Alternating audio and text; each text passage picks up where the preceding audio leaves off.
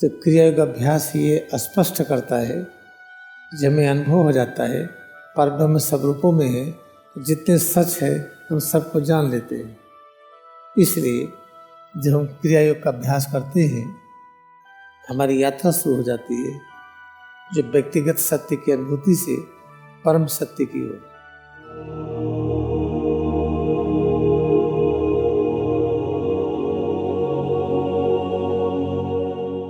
ये कहा जाता है कि परब्रह्म ही सब रूपों में है, उनके अलावा कुछ भी नहीं। तो जो कोई कहता है, जो सुनता है, समझता है, तो सच ही होगा, क्योंकि जब झूठ का अस्तित्व नहीं है तो झूठ हम पकड़ेंगे कैसे। जब क्रिया योग ध्यान करिए और उस स्टेज में आइए जब सबके साथ एकता स्थापित होती है, तब पता चलता है कि सभी लोग सत्य से जुड़े हैं, ट्रुथ से जुड़े हैं। जो कोई कहता है, सुनता है, वो सब ट्रुथ है। तो जो पैगंबर हैं वो क्या कहते हैं? सभी मानव अगर ट्रुथ से जुड़े हैं, पैगंबर को आने की आवश्यकता क्या? उनको इतनी मेहनत करें, शिक्षा दें, इसकी आवश्यकता क्या पड़ी? सभी जो लोग कहते हैं, सुनते हैं, देखते हैं, जानते हैं, वो सब सच है। सच के अतिरिक्त और कुछ भी नहीं है। लेकिन तो सब यहाँ पर आते हैं क्यों? अल्टीमेट ट्रुथ के लिए।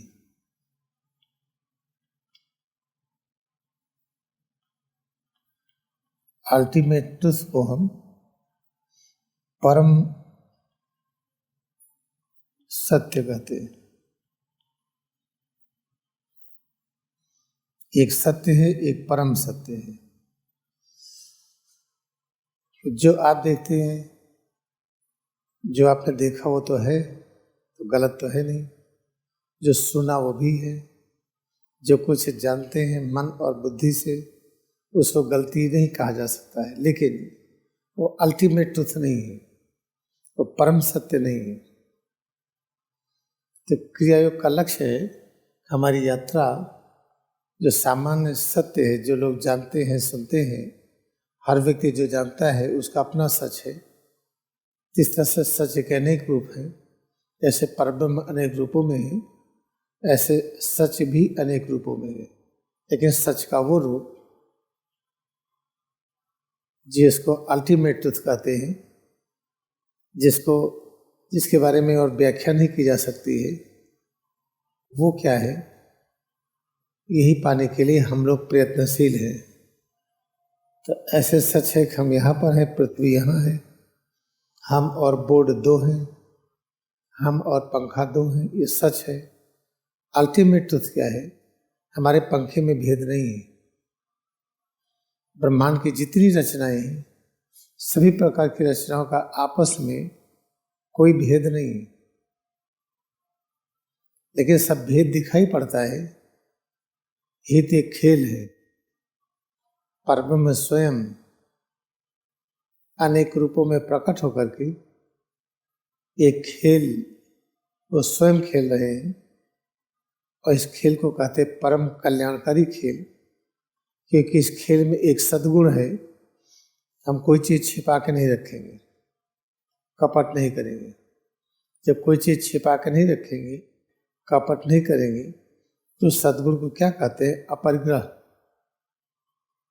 जब परब्रह्म का स्वभाव अपरिग्रह है, इससे ज्ञान को छिपा नहीं पाए और पूरा ज्ञान व्यक्त हो गया, वही अनेक रूपों में प्रकट हो गए।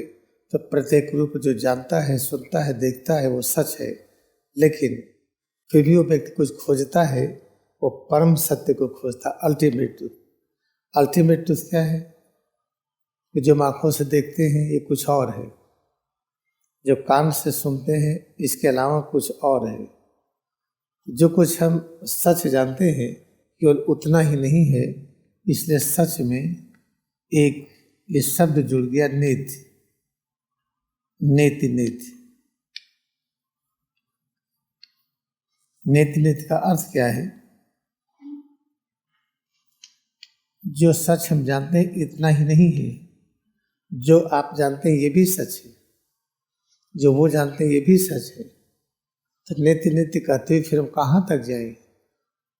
सब सच एक जगह कहाँ मिलता है, जिसको अल्टीमेट ट्रुथ कहते हैं। इसको जब अनुभव करते हैं तो क्या होता है? आंखों से जो देखते हैं अलग है, और जब अल्टीमेट ट्रुथ पर आते हैं ये सब कुछ भी दिखाई नहीं पड़ता है। जो कुछ हम देखते थे, सुनते थे, सोचते थे, समझते थे, वो है ही नहीं, वो कुछ और है। वो जैसे हम अपने हाथ को देखें, ये है, एक्सरे लीजिए कुछ और है, सीटी स्कैन में कुछ और मिलेगा, अल्ट्रासाउंड में और मिलेगा, एमआरआई कराइए तो और मिलेगा।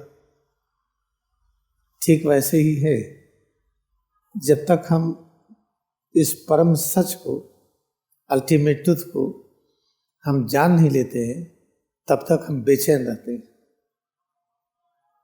उस बेचैनी को दूर करने के लिए एक उपयुक्त साधन है, शिक्षा है और प्राप्य है। अब ये कोई नहीं कह सकता कि हम अल्टीमेट ट्रुथ, परम सच को नहीं समझ सकते हैं। इसलिए जब हम क्रिया योग का अभ्यास करते हैं, हमारी यात्रा शुरू हो जाती है, जो व्यक्तिगत सत्य की अनुभूति से परम सत्य की ओर।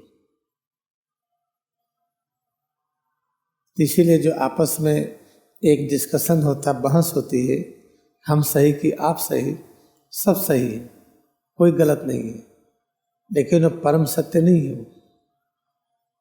इसीलिए जो कहते सही है वो भी ढूंढ रहे हैं।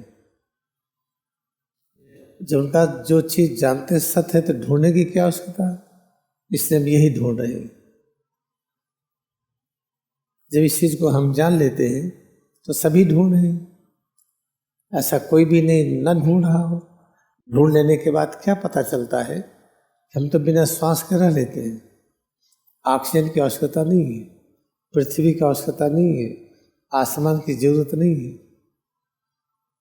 जिसकी अभी डिपेंडेंसी है, इसकी आवश्यकता है, फिर पता चलता नहीं, किसी चीज़ की आवश्यकता नहीं, उसे कहते हैं स्वतंत्र हो गए, उसे कहते हैं मोक्ष। तो ये है सामान्य सी चीज। इसलिए क्रिया योग ध्यान करते जाइए, सेवा करते जाइए।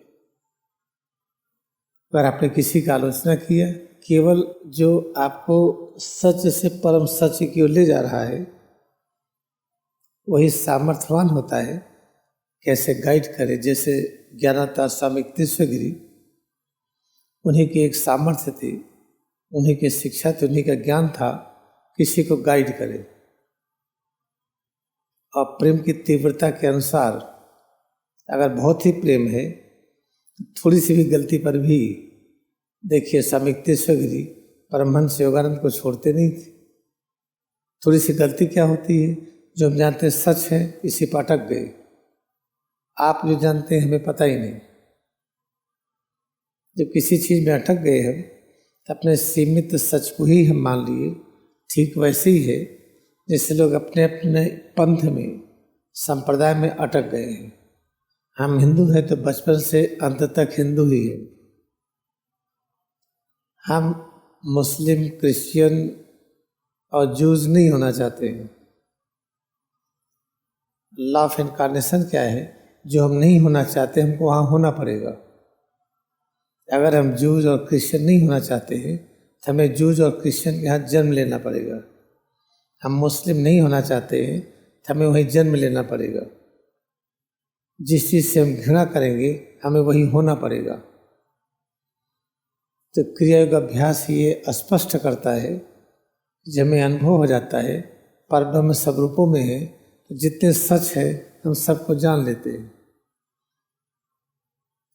जैसे भूख लगी सच है, आपको भूख नहीं लगी ये भी सच है। जो परम सच को जानता है वो दोनों को अनुभव कर लेगा। इनको भूख है, इनको नहीं, इनको पानी चाहिए, नहीं चाहिए। तो परम सच जानने से क्या होता है, सभी सच को पकड़ लेता है। जब सभी सच को पकड़ लेता है उनका मार्गदर्शन करता है। यही मानव की परंपरा रहे, याद रखिए। इसको याद रखिए कि आपका जो भी कॉन्शसनेस है, जो आपका परिक्षेत्र है, उसके अंदर सब हैं, हम भी हैं, सारे मास्टर्स हैं, पूरा ब्रह्मांड है, और हमारे अंदर भी आप हैं।